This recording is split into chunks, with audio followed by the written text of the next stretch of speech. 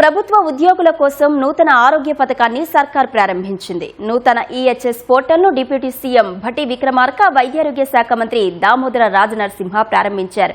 సచివాలయంలో జరిగిన ఈ కార్యక్రమంలో ఉద్యోగ సంఘాల నేతలకు మంత్రులు కొత్త హెల్త్ కార్డులు పంపిణీ చేశారు. ఈ పథకం కింద 886 ఆసుపత్రుల్లో 1816 ప్రొసీజర్లకు నగదు రహిత చికిత్సలు అందించనున్నారు.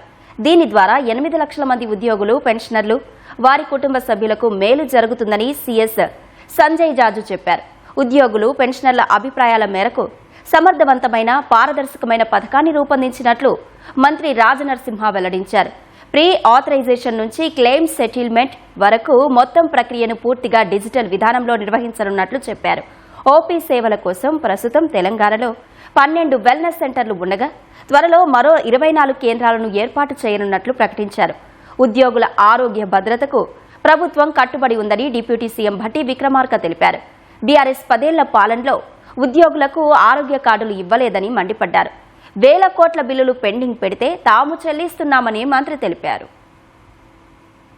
టీఆర్ఎస్ ప్రభుత్వంలో ఈ హెల్త్ స్కీమ్ ఎప్పటి నుంచో కావాలని కోరుతూనే ఉన్నారు. 10 సంవత్సరాలు ఈ స్కీమ్ ఇవ్వలేదు.